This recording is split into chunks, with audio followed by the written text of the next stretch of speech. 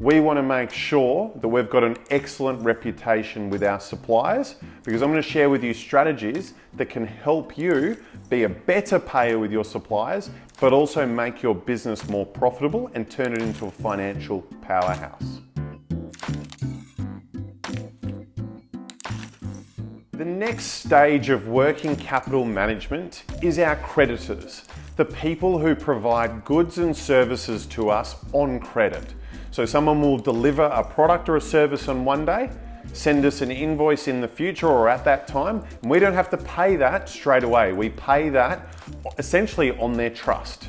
We will pay that maybe 15, 30 days into the future, and they trust us that we will make good on that promise of paying them for the service or product that they've received. So the first thing I want to look at when we've gone through debtors, when we've gone through stock, we look at how to reduce the days down.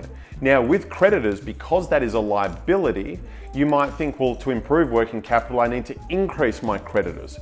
Well, that in isolation is correct, but I also want to debunk a few theories around creditor management. And the first thing is, in this video, explaining to you what creditor management isn't.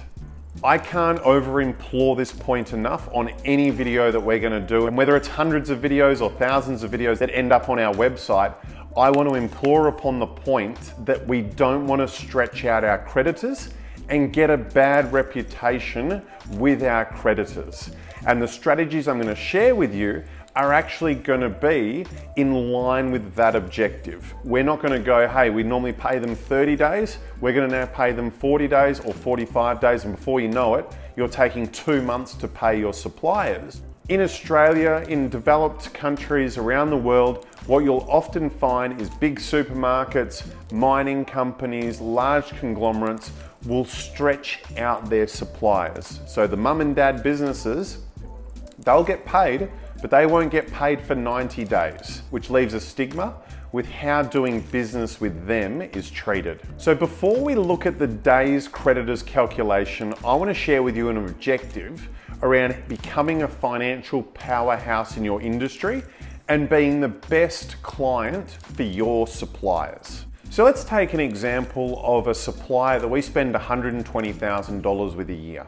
So we're going to make the maths really simple for myself here. $10,000 a month is what we spend with that supplier.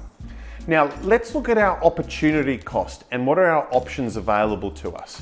We could say pay immediately, we could pay in 30 days, or we could pay in 60 days. I'm not even going to talk about 90 days because that's moving into the space of getting a bad reputation, having suppliers not happy to deal with us.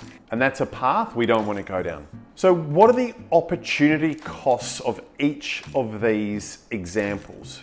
So if we were to pay somebody in 60 days and we spend $10,000 a month, we would have $20,000 of extra available cash for us versus cash on delivery or COD. If we reduce this down to 30 days, you probably guessed it, you're going to have $10,000 available to you in extra cash because you're paying in 30 days. And then lastly, if you're paying cash on delivery, you're going to have $0 available to you because as soon as you get supply, you're paying that to the supplier. So if we look at the very best circumstance we want to explore, we're paying somebody so that we have an extra $20,000 available to us at any point in time. And in this case, let's say we're going to put it on the credit card. Let's look for the highest and best use we could use for money at the moment that isn't an investment, that isn't cryptocurrency, that isn't industrial property, it isn't shares. It's just what are the ways I can use money within my business. It's either leave it in the bank and earn virtually no interest. I can put it on a bank loan and pay off say 3 or 4 or 5% interest, or a credit card which might be 18, 19%. So let's say we're putting that whole $20,000 on my credit card because that's going to give us the most value it possibly could.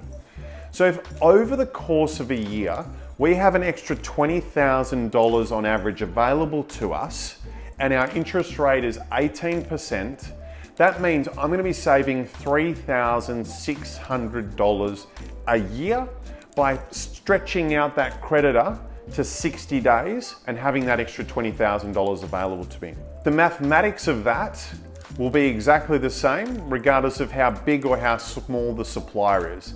So instead of 120 grand, let's say it's 1.2 million and you pay them $100,000 a month, that is just going to be extrapolated from there. But the next part of the strategy is also going to be extrapolated for the positive. Let's go to the financial powerhouse and the proactive way to potentially approach your creditor. So let's say we strike a deal with the creditor or the supplier, and they're going to take a 5% discount or a prompt payment discount if we go cash on delivery and have 0 days creditors with them. So that $120,000 goes out the door the moment we receive the supply, every single time we deal with them. And in practice, that would be at the end of the month when we make that payment.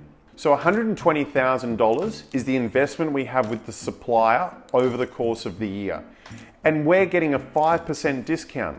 That's $6,000 in gross profit savings that we've had versus if I put it on my credit card, the best I'm going to be able to do is maybe get $3,000, $3,500 worth of savings out of that same amount of money.